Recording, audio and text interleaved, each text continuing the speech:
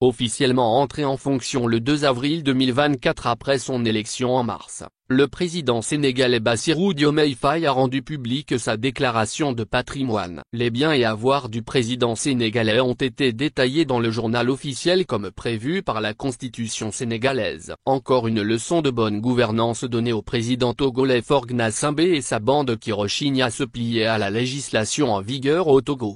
Tous les Sénégalais ont désormais connaissance du patrimoine de leur président avant son arrivée au pouvoir. Comme avant ses prédécesseurs Abdoulaye Wade et Macky Sall, Bassirou Diomaye Faye a respecté la décision du Conseil constitutionnel ordonnant la publication officielle du patrimoine du chef de l'État.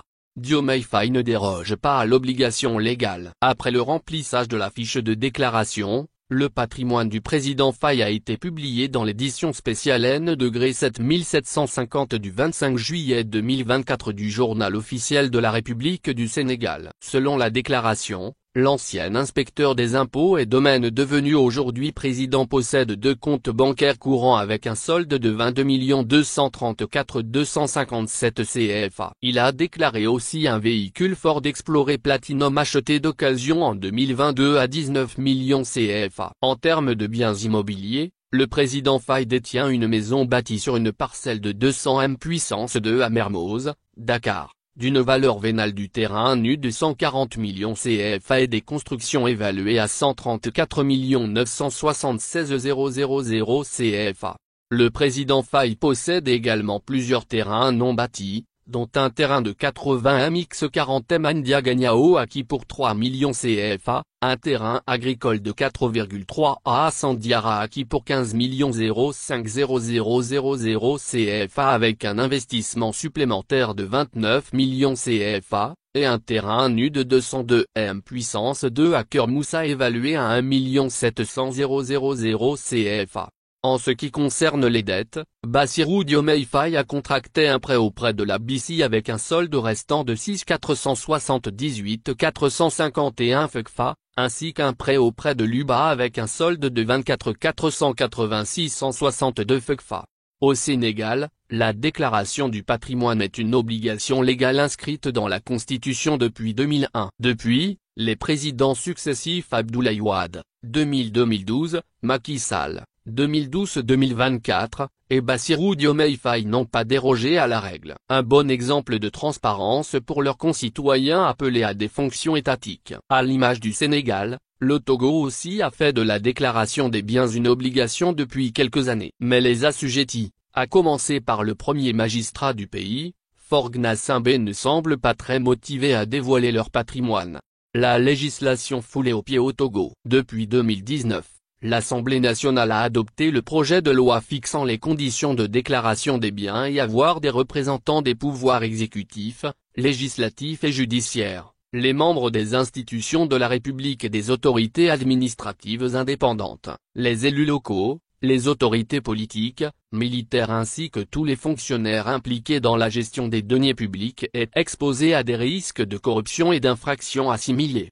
En effet, depuis plusieurs années, la corruption est devenue endémique au Togo. Du petit employé de bureau aux fonctionnaires, les agents de l'État font de cette pratique leur sport favori. La justice, l'administration et la police sont souvent pointés du doigt dans les rapports internationaux. Mises sous pression par les partenaires en développement, les autorités togolaises se sont lancées dans un vaste chantier de réforme et de législation. C'est ainsi qu'une loi a été votée en 2019. Cette loi sera modifiée en 2021. Mais à ce jour, seul le médiateur de la République et le président de la Haute Autorité de prévention et de lutte contre la corruption et les infractions assimilées, APLUSIA, ont officiellement déclaré leurs biens et avoirs. Le chef de l'État, Faure Gnassingbé au pouvoir depuis 2005 qui devrait donner l'exemple, fait la sourde oreille aux interpellations du médiateur de la République, habilité à recueillir les déclarations. Dès le 1er mars, nous commençons avec le gouvernement, avait déclaré médiateur de la République,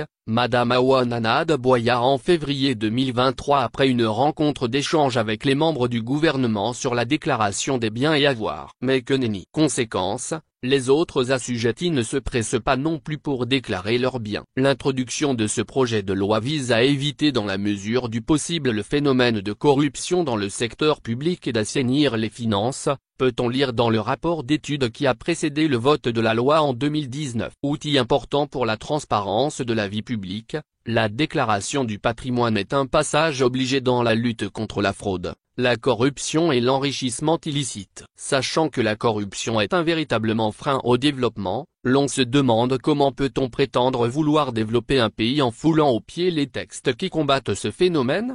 En réalité, l'obligation de déclaration de biens et avoirs de tous les hauts fonctionnaires et agents publics a déjà été instituée dans la Constitution du 14 octobre 1992. De fait, l'adoption d'une nouvelle loi n'était donc pas une nécessité. Et visiblement, la loi adoptée en 2019 et modifiée en 2021 semble donc plus une diversion qu'une réelle volonté de lutter contre la corruption dans le pays. La preuve, elle n'est pas respectée. Pendant ce temps, la corruption qui s'est même amplifiée ces dernières années continue de miner la vie socio-économique du pays. Dans le dernier classement de Transparency International datant de février 2024, le Togo est logé dans la catégorie des pays fortement corrompus à la 126e place.